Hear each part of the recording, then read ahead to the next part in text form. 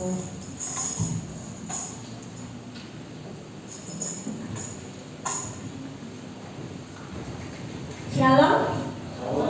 Puji Tuhan, selamat datang Bapak Ibu, Saudara yang dikasihi Tuhan. Kita bertemu di dalam kasih Tuhan. Kita akan mulai ibadah kita sama-sama bersyukur.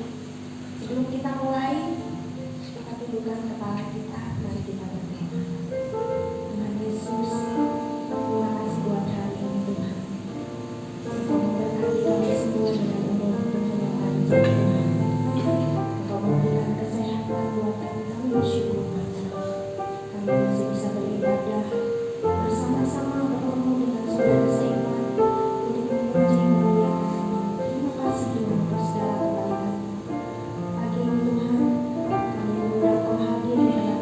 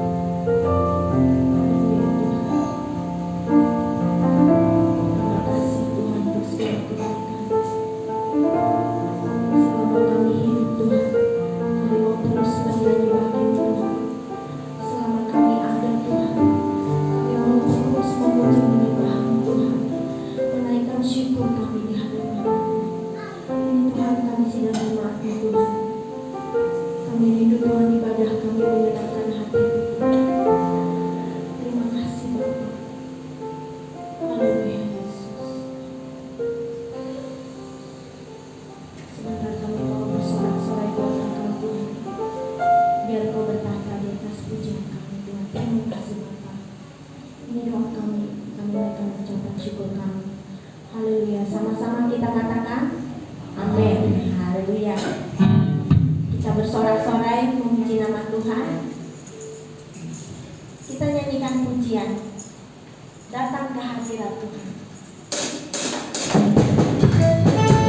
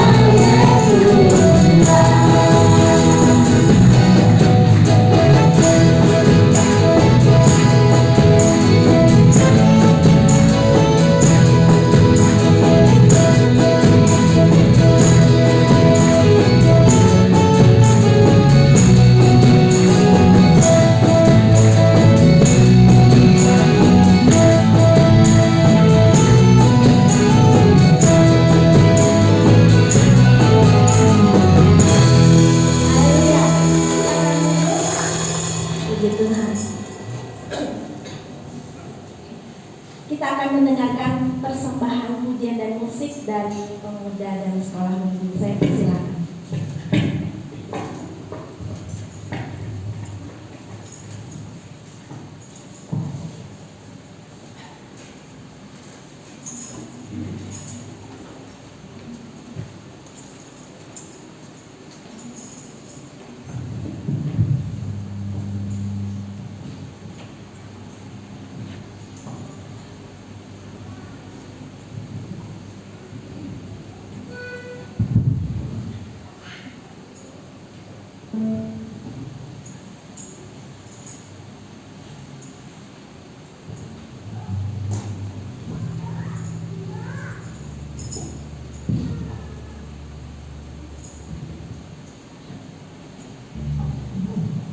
Shalom, selamat pagi. Jadi kami di sini akan menyanyikan lagu Jalan Serta Yesus. Semoga lagu ini akan memberkati kita semua.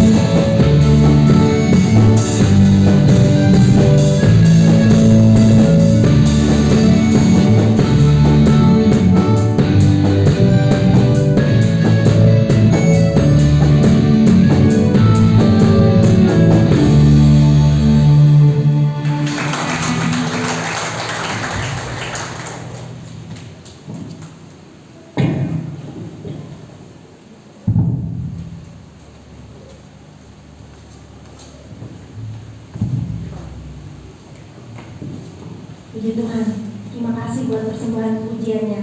Kami merasa diberkati. Puji Tuhan. Saya minta waktunya dalam kesaksian ini sebentar. Kemarin Ibu Mimi ada titip beberapa kata pada saya yang mau disampaikan kepada semua jemaat. Ibu Mimi ini istri dari Bapak almarhum Sekai atau yang kita kenal Bapak Setiawan. Ibu Nini mengucapkan banyak terima kasih kepada Bapak, Ibu, Saudara semua. Saya mewakili di sini ya. Mengucapkan banyak terima kasih atas dukungan baik itu secara moral, materi dari Bapak, Ibu, Saudara untuk keluarga Ibu Nini. Jadi itu pesan dari Ibu Nini. Jadi saya juga mewakili jemaat Bu Nini, kita saudara di dalam Tuhan ya. Jadi kita harus selalu saling mendukung. Puji Tuhan. Jadi itu saja yang bisa sampaikan pesan dari Ibu Nini. Puji Tuhan. Kita akan berikan persembahan buat Tuhan. Sebelum kita memberikan persembahan, kita berdoa dulu. Saya minta dalam kasih Tuhan, Bapak Doni, pimpin kita dalam doa persembahan. Terima kasih Tuhan, kita berdoa. Bapa yang baik, Bapa di dalam nama Yesus, pada saat ini Tuhan, kita hari ini Tuhan, juga bagi kami untuk memberikan persembahan kepada Tuhan, kami ingin memberi persembahan ini yang kita syukur kepada Tuhan, dan kami tahu bahwa Tuhan lah yang memberkati kami, Dia yang memberikan kami kekuatan serta kesehatan serta keberkahan. Terima kasih Bapa. Kami kepada Tuhan, biarlah boleh menjadi upah yang kami berikan. Hanya di dalam nama Yesus Kristus yang hidup, kami berdoa dan mengucap syukur. Amin. Selamat memberi, Tuhan Yesus memberkati. Kita nyanyikan pujian.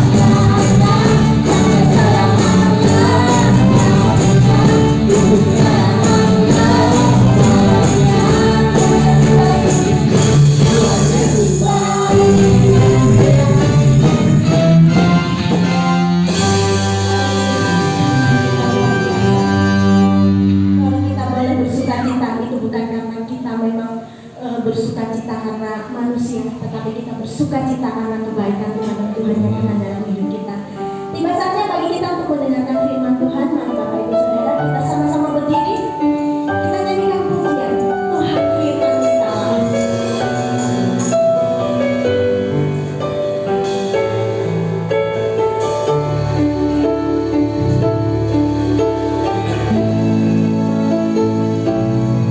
Tuhan firman kita, Tuhan firman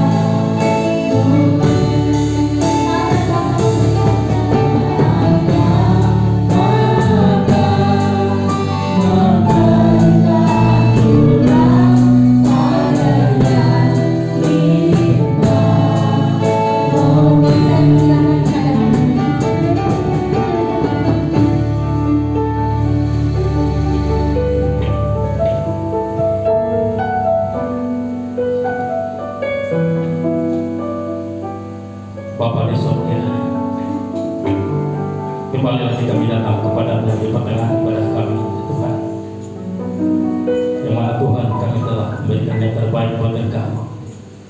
Kami telah memuji memuliakan nama-Mu ya Tuhan. Biar itu menjadi persembahan yang hidup yang berkenan kepada Engkau Bapa. Terima kasih Bapa di surga, terima kasih. Dan pada saat ini kami akan belajar akan kebenaran firman-Mu. Biarlah Engkau berfirman di tengah-tengah kehidupan kami pada saat ini ya Tuhan. Engkau mampukan kehidupan kami. Engkau bukakan hati dan pikiran kami semuanya, sehingga apa yang disampaikan itu benar-benar isi hati Tuhan. Terima kasih Bapa di surga. Kami sambut firman-Mu dalam nama Yesus. Haleluya. Amin. Salam. Ya, selamat pagi Bapak Ibu. Kasih dalam Tuhan kita Yesus Kristus. Pada saat pagi hari ini mari kita sama-sama belajar akan kebenaran firman Tuhan, yang mana pada saat pagi hari ini saya yakin Tuhan berikan yang terbaik buat kehidupan kita sekalian. Tuhan tahu yang terbaik, apa maksud Tuhan, apa rencana Tuhan, apa kehendak Tuhan dalam kehidupan kita. Mungkin Bapak Ibu tahu di sini ada enggak yang sudah berumur 38 tahun? Yang kelahiran 85? Ada yang berusia 38 tahun? Oh ada ya, Bu Agit 38 tahun. Mungkin Bapak Ibu tahu arah firman Tuhan kemana? Ya, 38 tahun. Arah firman Tuhan kemana? Tahu ayatnya? Orang sakit 38 tahun di mana? Tuhan Yesus menyembuhkan dia. Ada yang ingat? Mungkin guru-guru sekolah minggu. Ini cerita yang tidak asing. Ada yang tahu di mana ayat itu? Tuhan Yesus menyembuhkan orang sakit selama 38 tahun.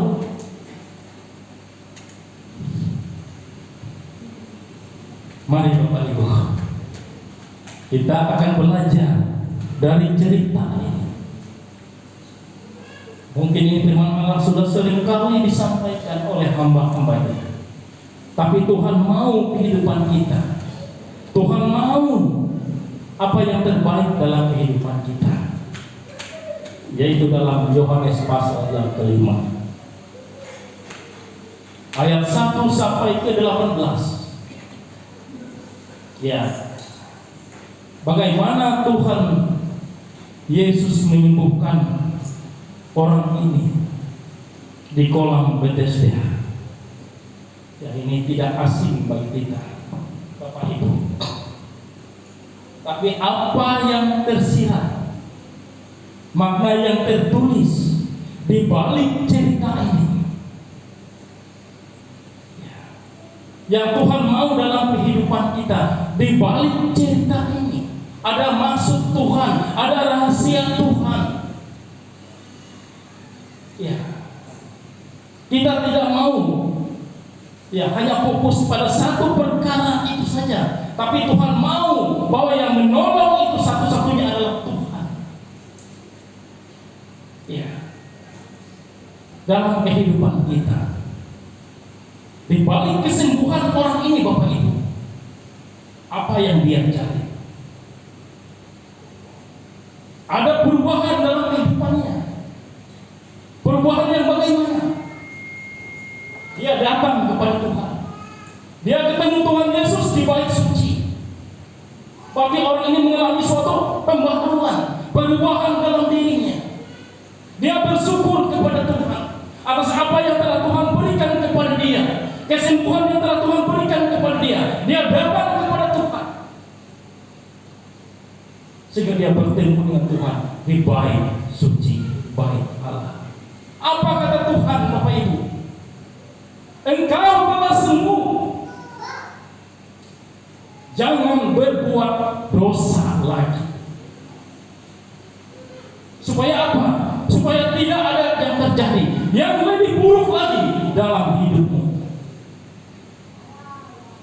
seolah-olah orang ini sakit karena dosa. Kalau kita melihat ayat itu, seolah-olah tidak demikian. Oleh sebab itu, Bapak Ibu saudara yang kasih dalam Tuhan kita Yesus Kristus, pada saat pagi hari ini mari kita belajar. Kita akan perhatikan ayat ini demi ayat, kita pahami bersama. Mari, Yohanes 5 ayat yang pertama sampai yang ke-18. Ini ayat yang asli bagi kita. Pak Doni, saya minta Pak bisa dibacakan.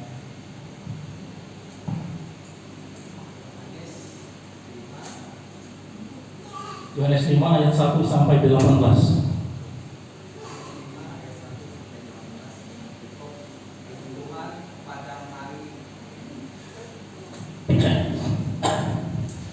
Penyembuhan pada hari Sabat di kolam Bethesda.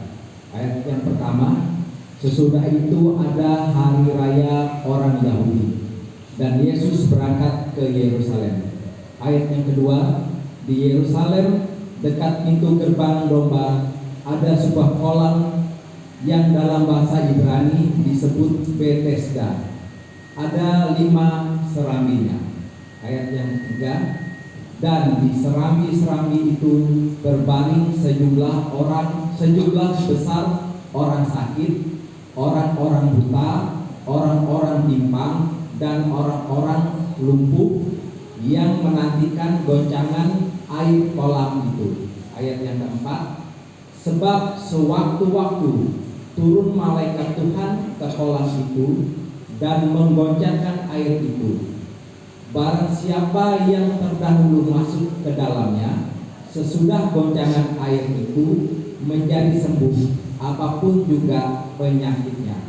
Ayat yang kelima, di situ ada seorang yang sudah 38 tahun lamanya sakit.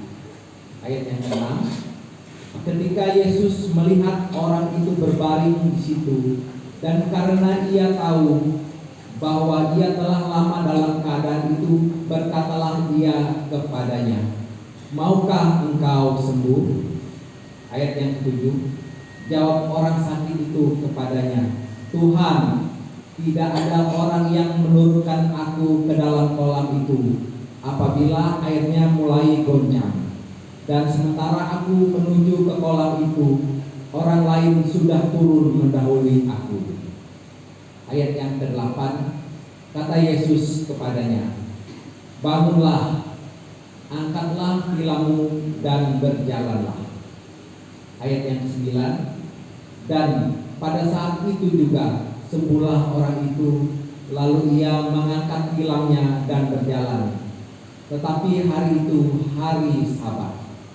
Ayat yang ke-10, karena itu orang-orang Yahudi berkata kepada orang yang baru sembuh itu, hari ini hari Sabat dan tidak boleh engkau memikul tilangmu. Ayat yang ke-11, akan tetapi ia menjawab orang itu, orang yang telah menyembuhkan aku, dia yang mengatakan kepadaku, angkatlah tilangmu dan berjalanlah. Ayat yang ke-12, mereka bertanya kepadanya, siapakah orang itu yang berkata kepadamu, angkatlah tilangmu dan berjalanlah? Ayat yang 10, ayat yang ke-13, tetapi orang yang baru sembuh itu tidak tahu siapa orang itu, sebab Yesus telah menghilang ke tengah-tengah orang banyak di tempat itu. Ayat yang ke-14, kemudian Yesus bertemu dengan dia dalam bait Allah, lalu berkata kepadanya, engkau telah sembuh, janganlah berbuat dosa lagi, supaya padamu jangan terjadi yang lebih. Saya ulangi, supaya padamu jangan terjadi yang lebih buruk.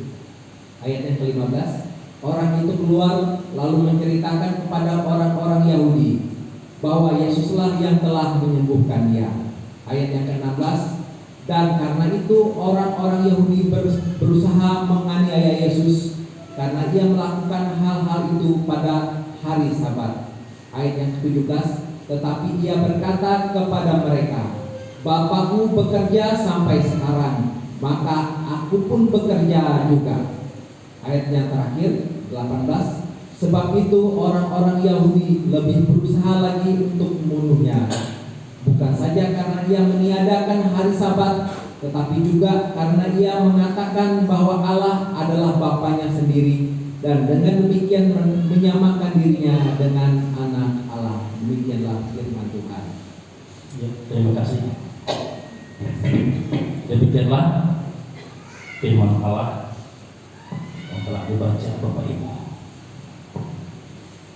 Dan berikut dari penyembuhan pada hari Sabat di kolam Bethesda. Nah, di balik ayat ini, dalam perjalanannya Tuhan Yesus, ya, dalam ayat yang pertama tadi, di sana ada hari raya orang Yahudi. Dalam perjalanannya Tuhan Yesus pergi ke Yerusalem, bahwa di balik Allah ada pintu gerbang domba yang terdapat 5 serambi, dan di masing-masing serambi itu berbaring sejumlah orang sakit. Berbaring sejumlah orang sakit. Tapi dalam ayat yang ketiga, di sana hanya ada disebutkan hanya 3 orang sakit. Ya. Ada yang sakit timpang, ada yang sakit lumpuh, ada yang sakit buta. Ada 3 disebutkan Bapak Ibu. Tapi dalam ayat 2 ini ada sejumlah orang sakit. Tapi masuk ke ayat yang keempat, ketika air kolam itu sewaktu-waktu malaikat Tuhan datang menggoncangkan air kolam itu, siapa yang terlebih dahulu masuk ke dalamnya, dia akan sembuh apapun penyakitnya. Nah, apapun penyakitnya, berarti di sini berbicara bukan hanya sakit lumpuh, bukan hanya sakit timpang, bukan hanya sakit buta, Bapak Ibu. Ini yang ditulis oleh Yohanes. Tapi dalam ayat yang keempat ini, apapun penyakitnya akan sembuh. Di samping yang 3 ini, mungkin itu yang bisa kita pahami dari ayat ini, Bapak Ibu. Tapi di sini dikatakan apa makna sesungguhnya sebelum kita masuk ke ayat yang kelima, bahwa di sini dikatakan tertulis ada 3 penyakit, Bapak Ibu. Ada 3 penyakit dalam kehidupan. Yang pertama di sini adalah sakit buta. Apa pengertian buta secara rohani? Artinya dia tidak bisa melihat kemuliaan Allah, kuasa Allah, mujizat Allah yang terjadi dalam kehidupan. Dia tidak bisa melihat kehidupan Tuhan, mujizat Allah. Ya, begitu juga dengan timpang rohani. Timpang rohani, sakit rohani, maksud saya timpang secara fisik, tapi pengertian rohani adalah imannya selalu goyah. Imannya selalu goyah. Saudara tahu bagaimana orang jalan kalau timpang? Maaf Pak Dede, beliau bukan sakit kan, tapi dia karena ada sesuatu, ya, kecelakaan. Bagaimana orang timpang sakit berjalan bagaimana? Pasti tidak seimbang kan? Tidak balance. Ya. Itulah imannya selalu goyah. Imannya selalu khawatir, takut, bimbang, ragu. Orang yang khawatir, orang yang takut sama dengan orang yang tidak mengenal Allah. Kita dengar khotbah yang disampaikan oleh Pak Anton ini lalu, orang yang takut, orang yang khawatir sama dengan orang yang tidak mengenal Allah. Itu Matius 6 ayat 32. Itu sama. Itu pengertian rohaninya. Makanya dalam Hosea, umatku binasa kata Tuhan karena tidak mengenal aku. Ya, umatku binasa karena tidak mengenal aku. Kenapa? Karena dia takut, bimbang, ragu, kekhawatiran. Biarpun pengajaran itu bagaimanapun disampaikan dalam Hosea itu juga Bapak Ibu, pasal 8 ayat 12, dianggap mereka asing bagi mereka. Tapi apa yang terjadi Bapak Ibu? Jangan sampai ini terjadi dalam kehidupan kita. Apalagi kita sebagai timpang. Boleh kita timpang secara fisik, sakit secara fisik, secara manusia, tapi rohani kita tidak timpang. Amin. Tapi rohani kita timpang. Iya. Lumpuh. Bagaimana orang lumpuh? Pasti dia tidak bisa berjalan, Bapak Ibu. Namanya juga orang lumpuh. Dia terikat, terbelenggu. Secara rohani terikat, kuasa-kuasa mengikat dia, terbelenggu. Walaupun dia bisa memandang, tapi dia tidak bisa berbuat apa-apa. Artinya butuh pertolongan orang lain. Dia selalu gagal. Tuhan tidak menginginkan hal itu terjadi dalam kehidupan kita, selalu gagal. Ini Bapak Ibu. Tapi dalam ayat yang kelima, di situ ada satu orang yang sakit selama 38 tahun, Bapak Ibu. Bayangkan, bukan waktu yang pendek. Mungkin dalam kehidupan kita, firman Allah berkata, waktu umur manusia 70 tahun, kuat bisa 80 tahun. Berarti orang ini separuh hidupnya sakit, menjalani sakit. Tapi di sini tidak disebutkan sejak kapan orang ini sakit. Sejak kapan? Apakah sejak lahir atau sejak umur berapa? Tidak disebutkan. Yang jelas di sini dikatakan yang ditulis oleh Yohanes selama 38 tahun. Kita tidak tahu sejak kapan dia sakit 38 tahun ini.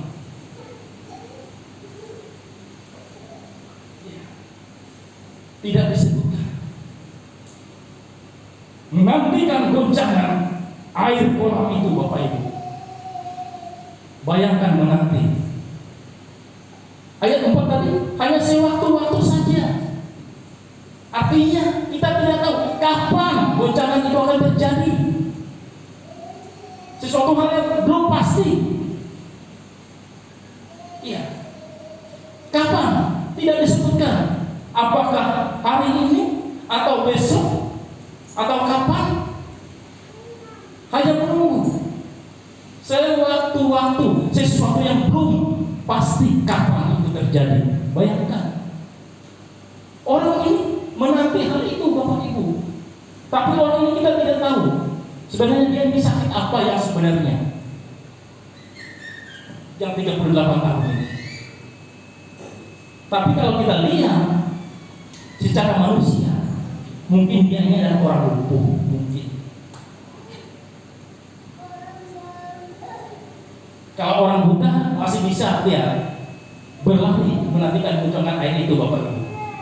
Walaupun mungkin tidak langsung bisa tabrak sini, tabrak situ, tapi bisa nyemplung. Apalagi orang timpang bisa mendahului lagi orang buta. Walaupun dia berlari, ya, tapi bisa nyemplung juga di kolam itu. Tapi orang yang satu ini, pada saat goncangan itu ada, dia berusaha di situ, tapi orang lain yang mendahului. Jadi kapan orang itu bisa sembuh Bapak Ibu?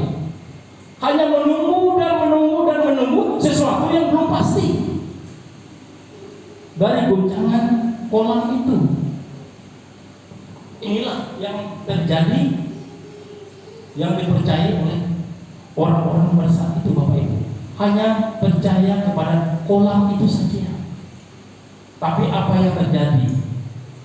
Tuhan Yesus mengambil sikap. Tuhan Yesus mengambil sikap.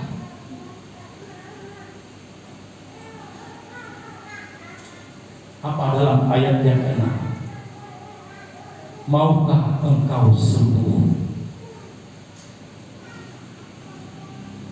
Ini pertanyaan yang memang secara akal sehat manusia tidak masuk akal. Apalagi ini keluar dari mulut Tuhan Yesus sendiri. Tidak aja manusia yang sakit ini pasti mau sembuh Bapak Ibu.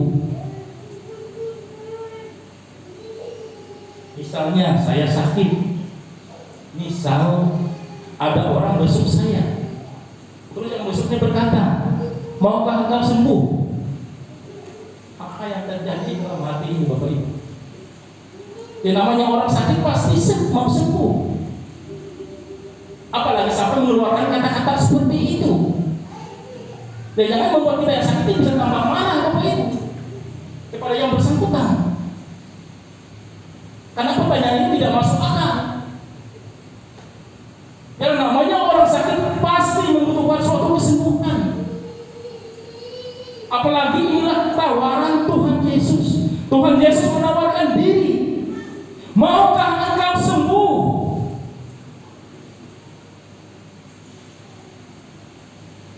Tawaran dari Tuhan Yesus Bapak Ibu tidak masuk akal. Tuhan Yesus sendiri yang menawar diri. Tapi bagaimana contoh di Alkitab? Orang sakit kusta dia meminta kesembuhan. Orang yang pendarahan dia minta kesembuhan. Memegang jubah Tuhan Yesus dia akan sembuh. Meminta. Tapi ini apa yang terjadi dengan orang ini? Tuhan Yesus yang menawarkan diri. Maukah engkau sembuh? Apa jawaban orang itu?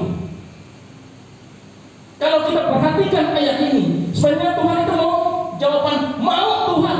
Mungkin seperti itu Bapak, Ibu. Tidak ada orang yang tidak mau sembuh. Tapi apa yang terjadi dalam orang ini? Ayat yang ke-7. Tuhan bahkan dia berdalih, membela diri. Ya, dalam ayat yang ke-7 itu. Tuhan, apabila malaikat Tuhan turun mengucapkan ayat itu, pada saat aku di situ, orang lain yang mendahului aku. Tidak ada yang menolong aku. Padahal dia membutuhkan satu pertolongan.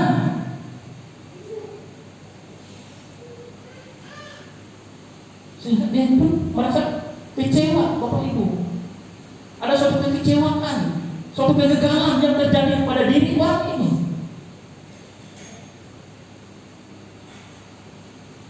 Dia menjawab seperti itu. Padahal mungkin yang Tuhan mau itu, Tuhan aku mau sembuh. Mungkin sikapnya seperti itu Bapak Ibu. Tapi orang ini benar tidak. Seolah dia membela diri, menyalahkan orang lain. Tidak ada yang membantu aku, tidak ada yang menolong aku.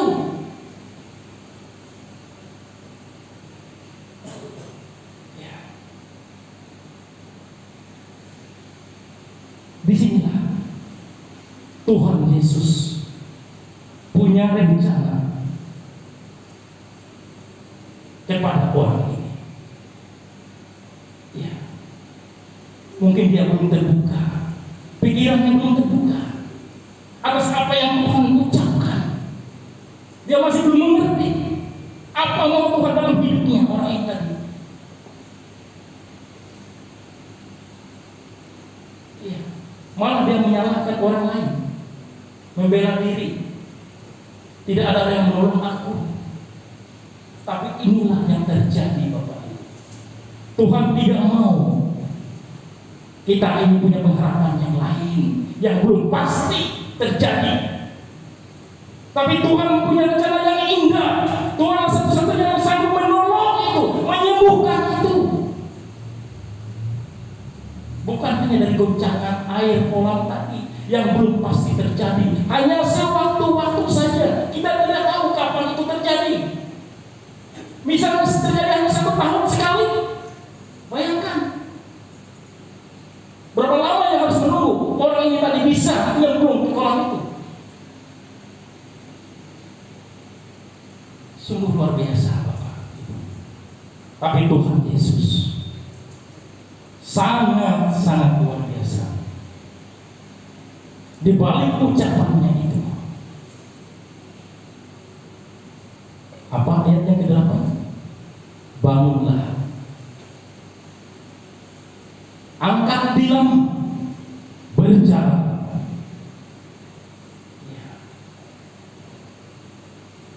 Maka ayat yang ke-9, orang itu pun bangun dan berjalan. Kebetulan hari itu adalah hari Sabat. Karena bagi orang Yahudi ada istiadat di sana kental sekali. Tidak bisa terjadi apapun penyembuhan pada hari Sabat.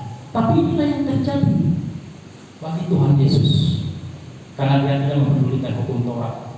Bukan berarti dia meniadakan Bapak Ibu, tapi dia menggenapi hukum Taurat itu. Ya. Ini keajaiban Tuhan yang luar biasa yang terjadi kepada orang ini, sehingga dia berjalan dan dia sembuh dari penyakitnya. Melihat kejadian tersebut, apa kata orang Yahudi, Bapak Ibu? Ayat yang ke-10.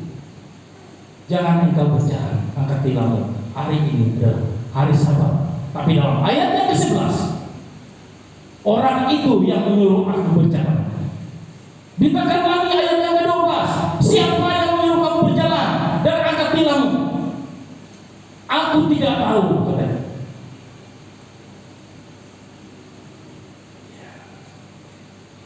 Ini hati-hati. Siapa yang menyuruh engkau? Aku tidak tahu. Hati-hati. Berarti orang yang memang tidak mengenal Tuhan.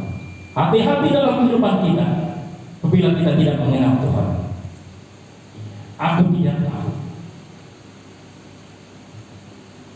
Ditanya dia tidak tahu. Ya karena dia bilang tidak tahu. Setelah dia tahu, ayat yang ke-14, waktu bertemu Tuhan Yesus di bait Allah. Ayat yang ke-14, kamu telah sembuh, kata Tuhan Yesus. Jangan berbuat dosa lagi. Seolah-olah orang ini sakit karena dosa.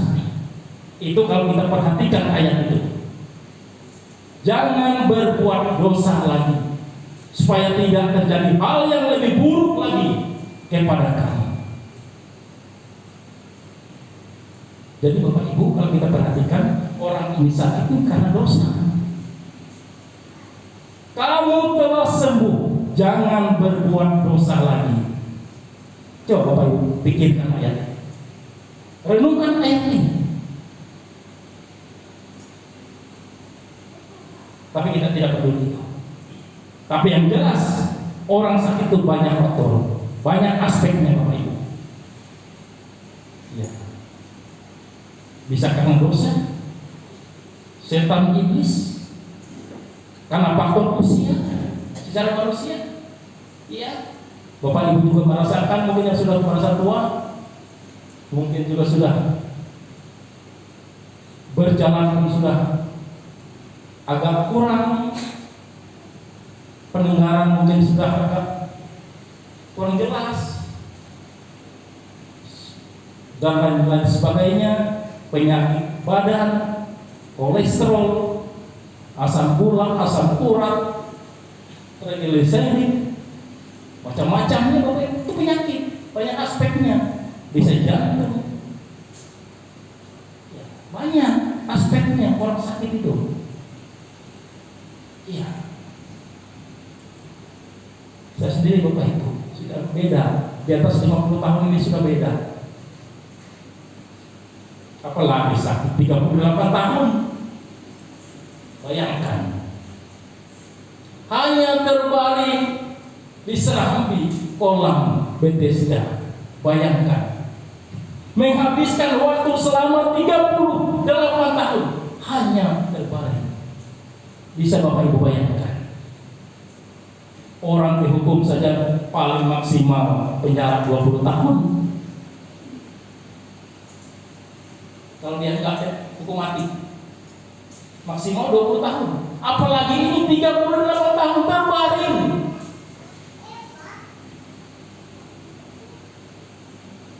Bayangkan Bapak Ibu, kalau ini yang terjadi dalam kehidupan kita,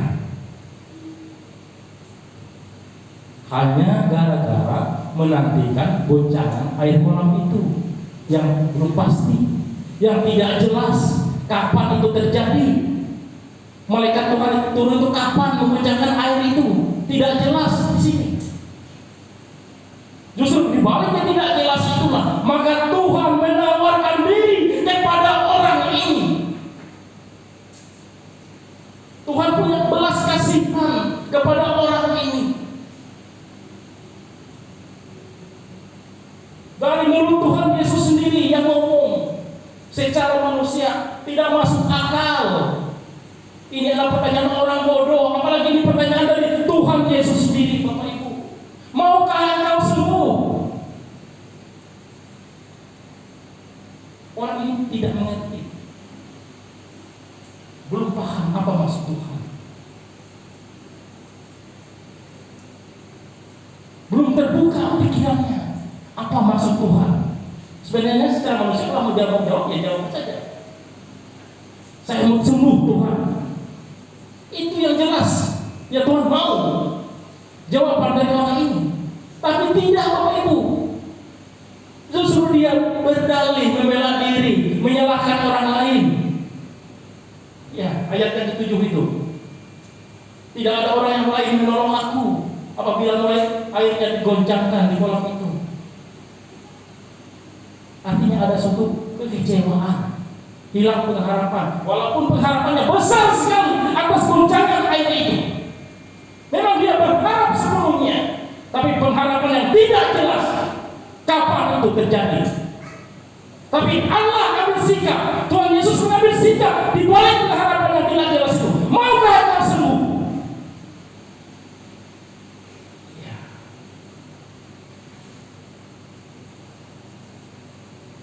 Bangun, angkat tilangmu, berjalan. Berjalan.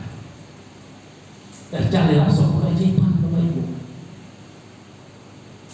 Makanya orang Yahudi marah karena terjadi pada hari Sabat, bahkan mereka mau menganiaya Yesus. Bahkan ayat yang ke-8 itu mau membunuh Yesus. Ayat yang ke-17, apa jawaban Tuhan Yesus? Bapakku bekerja sampai saat ini, maka aku pun bekerja sampai saat ini juga. Artinya apa?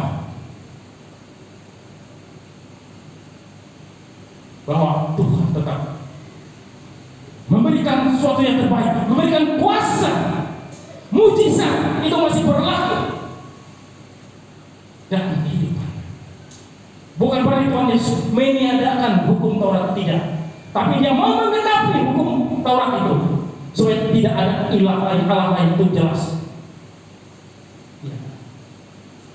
Tapi orang rasa katanya berharap kepada goncangan air kolam saja Bapak Ibu yang tidak jelas. Tapi Tuhan mau membuka hati, membuka pikiran mereka, terutama orang yang sakit 38 tahun ini. Iya, karena Tuhan punya belas kasihan.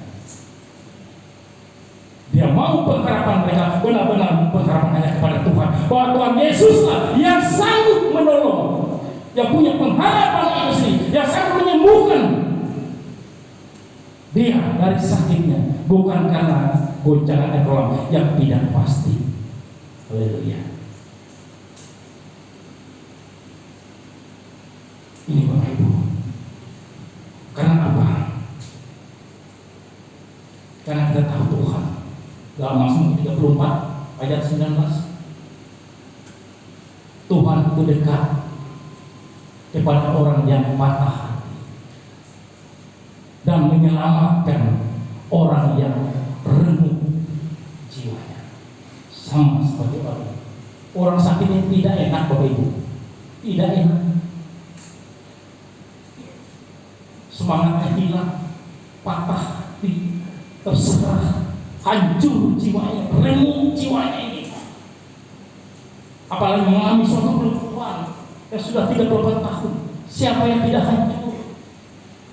Keluarga pun ibaratnya melihat keadaan seperti itu, bagaimana perasaan secara manusia, tapi Tuhan dekat. Amin. Tuhan dekat kepada mereka yang patah hati dan hancur remuk jiwanya. Tuhan akan menyelamatkan. Itu juga ayat yang ke-18. Apabila orang benar berseru-seru kepadaku, aku akan melepaskannya dari kesesakan itu. Kesesakan dari berbagai macam penderitaan yang dia alami. Salah satu adalah sakit penyakit itu. Tuhan akan melepaskan, Tuhan akan mampukan itu semua terlepas dari kehidupannya. Haleluya Bapak Ibu. Inilah pengharapan kita. Tidak ada lain yang sanggup menolong kita Bapak Ibu, hanya Tuhan Yesus sendiri. Tidak ada ilah lain. Tidak ada ilah lain. Ya, di balik cerita ini tadi, jangan kita terlalu ambil pusing.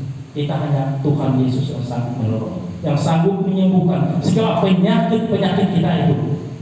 Terlebih penyakit rohani yang ada dalam kehidupan kita.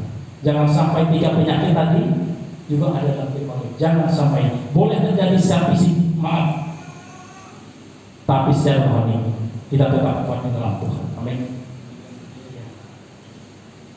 Inilah yang Tuhan mau dalam kehidupan kita. Kita punya pengharapan, hanya pengharapan hanya kepada Tuhan. Seperti orang ini tadi Bapak Ibu. Tuhan luluh hatinya melihat keadaan seperti itu. Apalagi kita manusia, melihat teman kita, sejawat kita, keluarga kita 38 tahun sakit, bagaimana rasanya? Apalagi perasaan Tuhan.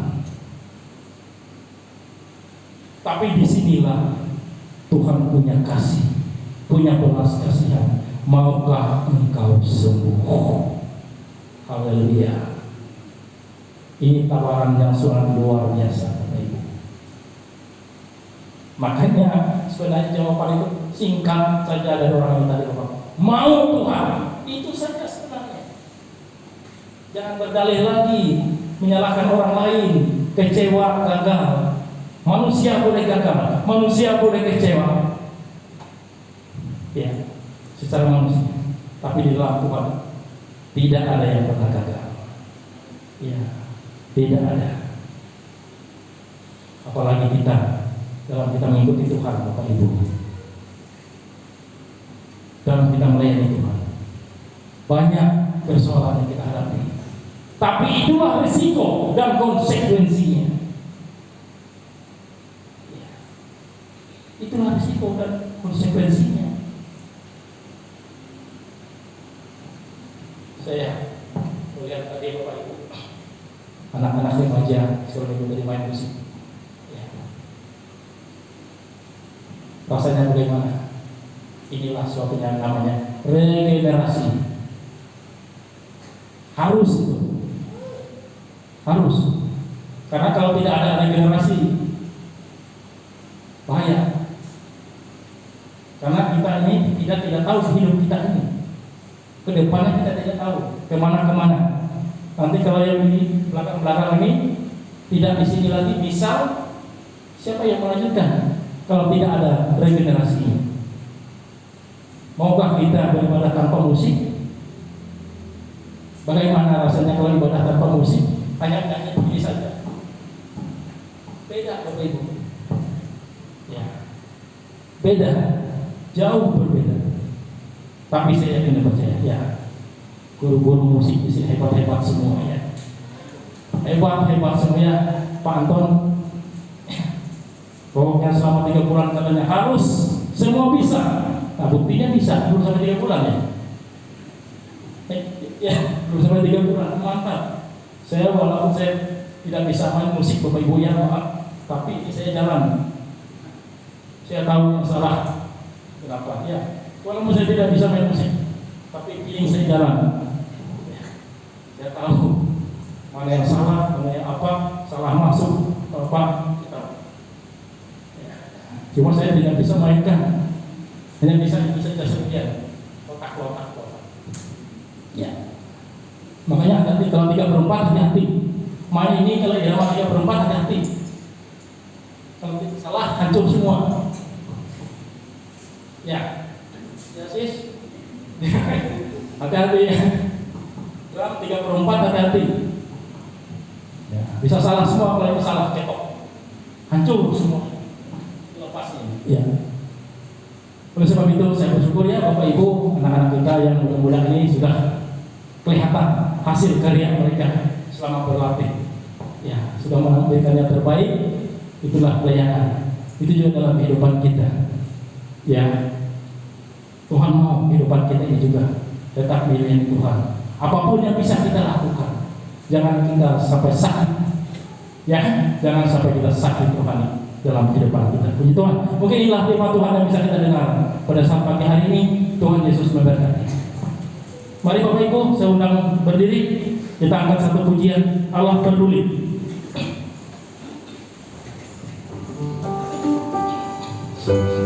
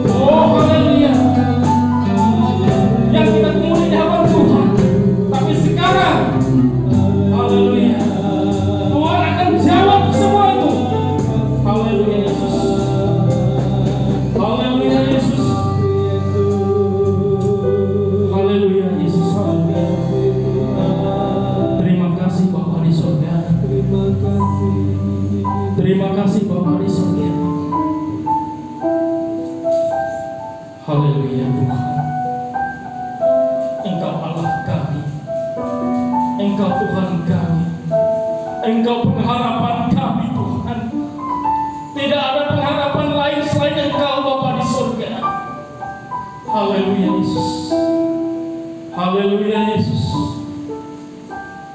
Kami tahu Tuhan, kami yang datang beribadah pada saat pagi hari ini, Engkau tahu isi hati kami semua Tuhan.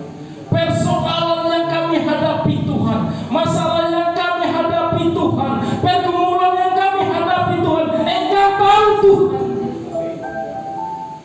Saat ini juga Tuhan, Engkau angkat itu semua, sebab kami yakin Engkau mengerti, Engkau peduli akan persoalan kami masing-masing lepas kehidupan itu. Haleluya Yesus. Haleluya Yesus. Terlebih-lebih segala penyakit yang ada dalam kehidupan kami, baik penyakit secara manusia, secara fisik, bahkan penyakit secara rohani Tuhan, Engkau sanggup mengubah itu semuanya. Jangan sampai terjadi kami hilang pengharapan daripada Engkau Tuhan. Apalagi kami sampai hilang iman kami dapat Engkau. Terima kasih Bapa di surga. Terima kasih. Kami yakin dan percaya Tuhan telah menjawab semua doa dan permohonan kami. Engkau telah memberikan yang terbaik dalam kehidupan kami Tuhan, sesuai dengan kehendak-Mu, sesuai dengan rencana-Mu Bapa. Terima kasih Yesus. Terima kasih Roh Kudus. Terima kasih Tuhan atas kebenaran firman yang sempat kami dengar pada saat pagi hari ini. Inilah isi hati-Mu, inilah suara-Mu Tuhan. Kami teraikan itu dalam setiap kehidupan kami, yang menjadi kekuatan dalam hidup kami, menjadi pengharapan kami satu-satunya Tuhan. Jauhkan kami ya Tuhan, jangan sampai kehidupan kami tidak mengenal Engkau. Sebab firman-Mu berkata, umatku binasa karena tidak mengenal Aku. Jangan sampai itu terjadi dalam kehidupan kami Tuhan, dalam kehidupan jemaat-Mu Tuhan. Haleluya Yesus. Tapi kami adalah orang-orang yang telah mengenal Engkau seutuhnya Tuhan dalam kehidupan kami. Terima kasih Bapa. Engkau berkati firman-Mu yang telah kami dengar. Engkau berkati juga seluruh sidang jemaat yang sempat hadir pada saat pagi hari ini, yang belum sempat hadir bersama-sama dengan kami. Juga Engkau berkati kehidupan mereka dimanapun mereka berada saat ini Tuhan. Engkau jamah kehidupan mereka yang dalam keadaan sakit juga Tuhan. Engkau jamah mereka, Engkau sembuhkan mereka dalam nama Yesus. Dalam nama Yesus. Yang dalam pencobaan Engkau lepaskan dari kehidupan mereka, yang dalam kelemahan Tuhan Engkau berikan kekuatan, kemampuan, yang kekurangan Engkau berkati dalam nama Yesus. Terima kasih Bapa di surga. Terima kasih. Inilah doa kami Tuhan yang kami persembahkan hanya di dalam nama Tuhan Yesus. Haleluya. Amin.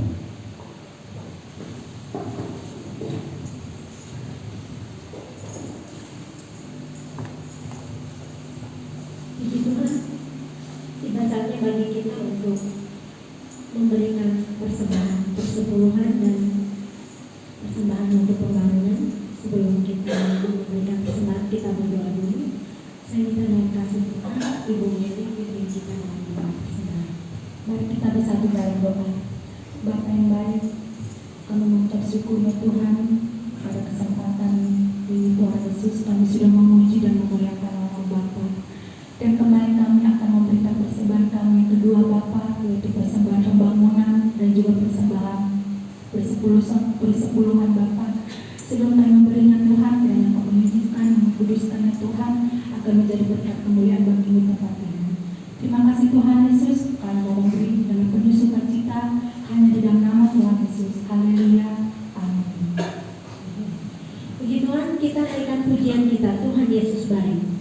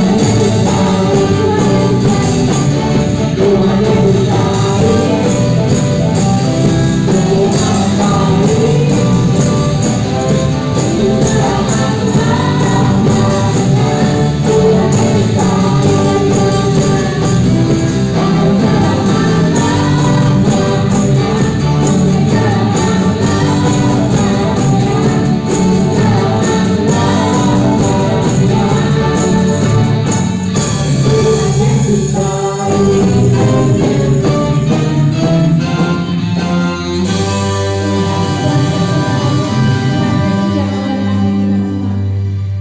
kita akan mendengarkan warta jemaat kepada saudara Saria Mustia. Saya persilahkan.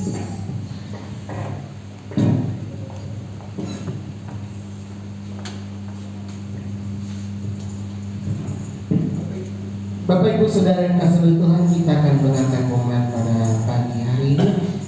Nanti sore ada ibadah sekolah minggu jam 2:30 sore atau pukul 14.30 waktu Indonesia Barat. Kemudian latihan tamborin untuk kelas kecil dan kelas besar setelah ibadah sekolah minggu, yaitu pukul 15.30 atau 3:30 sore. Hari Senin dan hari Jumat ada ibadah doa di tempat ini jam 6 sore atau pukul 18 waktu Indonesia Barat. Kemudian hari Kamis ada ibadah WBI di tempat ini pada tanggal 19 Oktober 2023 pukul 16.30 waktu Indonesia Barat atau jam 4:30 sore dengan pelayan Tuhan, worship leader oleh Ibu Ruce, kemudian pengkhotbah atau pembicara firman Tuhan oleh Ibu Anita Diaristiani, kolektan atau petugas persembahan oleh Ibu Sri Octavia. Kemudian ibadah WBI Korwil hari Jumat pada tanggal 20 Oktober 2023 pukul 17 waktu Indonesia Barat atau jam 5 sore bertempat di GBI El Sadai Pangkalan Bun. Bagi ibu-ibu atau wanita-wanita di tempat ini yang ingin ikut beribadah di WBI Korwil bertempat di GBI El Sadai bisa menghubungi Ibu Titin atau Ibu Ruce berkaitan dengan transportasi. Siapa tahu ada yang mau ikut dari tempat ini. Kemudian pada hari Sabtu ada ibadah pemuda di tempat ini jam 6 sore atau pukul 18 waktu Indonesia Barat. Dan hari Minggu kita beribadah kepada Tuhan pada tanggal 22 Oktober 2023 dengan pelayan Tuhan sebagai berikut: worship leader oleh Ibu Duya Sudarlin SE, singer oleh Saudara Yosa Kristiani Halim SFNS, Ibu Suryani dan Saudari Hilda Lydia Natalia. Pembicara firman Tuhan oleh Bapak Dr. Andes Matius CN, petugas persembahan atau kolektan oleh Bapak Parwin Purba dan Bapak Lim Haian, petugas LCD atau operator LCD oleh Saudara Yusak, penerima tamu atau asyar oleh Bapak Tuliono dan Ibu Kristina SPD. Demikian dapat saya sampaikan pada pagi hari ini. Waktu selanjutnya saya serahkan pada Bapak Gembala.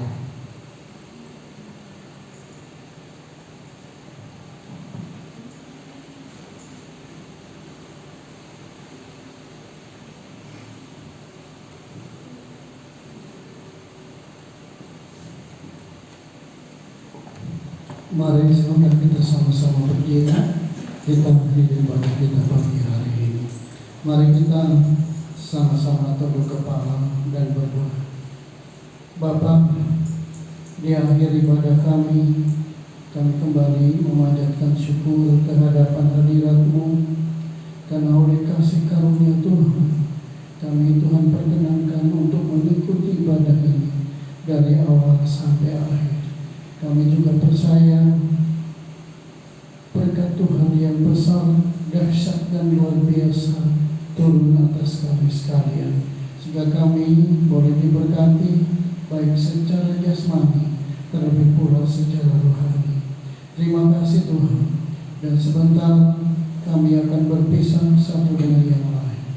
Kami percaya tangan Tuhan yang penuh kasih menuntun kami semua sehingga kami bisa pulang dan bisa tiba di rumah kami masing-masing dengan selamat. Kami juga yakin Tuhan berkenan terus menyertai di dalam setiap langkah kehidupan kami, sehingga apa yang kami lakukan senantiasa menyenangkan hati Tuhan. Terima kasih Bapa, terima kasih Yesus, terima kasih Roh Kudus. Angkat tangan saudara. Saudara-saudara sekalian yang dikasihi oleh Tuhan, pulanglah engkau ke rumahmu masing-masing dengan membawa berkat yang besar dari di sorga, kasih sayangnya dari Tuhan Yesus Kristus dalam persekutuan dengan Roh Kudus tetap menyertai saudara-saudara semua sampai Maranatha. Tuhan Yesus datang untuk kali yang kedua. Di dalam nama Yesus kami berdoa dan mengucap syukur. Haleluya. Kita semua yang diberkati Tuhan, kita sama-sama katakan amin. Selamat pagi menjelang siang, Tuhan Yesus memberkati.